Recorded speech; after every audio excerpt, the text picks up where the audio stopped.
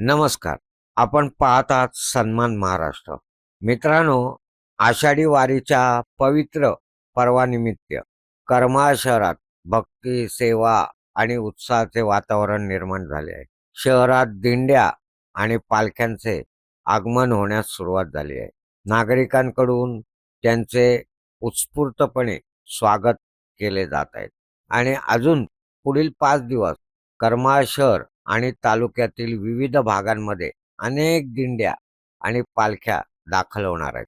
त्यामुळे संपूर्ण परिसरात वारकरी संप्रदायाच्या भक्तिमय परंपरेचा अनुभव या निमित्त घेतला जात आहे. मित्रांनो, दिंडीच्या आगमनानंतर वारकऱ्यांचे मनपूर्वक स्वागत करण्यात येत आहे. तसेच पालखीतील श्रींची पाद्यपूजा करून आरती करण्यात येत आहे. यावेळी भक्तिभावाने भारावलेल्या वातावरणात वारकऱ्यांचं भजन, हरिपाठ, आरती, विठुरायाचं नामस्मरण हे आपल्याला बघायला मिळत आहे. करमाळ्यात येणाऱ्या प्रत्येक दिंडी आणि पालखीच्या वारकऱ्यांसाठी अल्पोपहार आणि चहा पाण्याची विशेष व्यवस्था करण्यात आली आहे. शहरातील नागरिकांनी सेवाभावाने या उपक्रमात सहभाग घेत वारकरी संप्रदायाच्या परंपरेचा मान राखल्याचं आपल्याला बघायला मिळते. श्री ज्ञानोबा माऊली तुकारामच्या जयघोषाने वातावरण मंगलमय झालेलं दिसतं.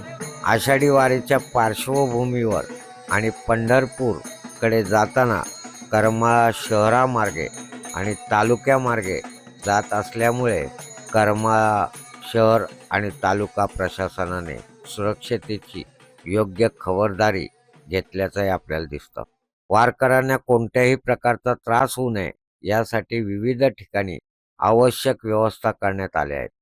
एकूणच काय, आषाढी वारीनिमित्त करमाळ शहर भक्ती, सेवा आणि वारकरी परंपरेच्या रंगात रंगून गेलं आहे.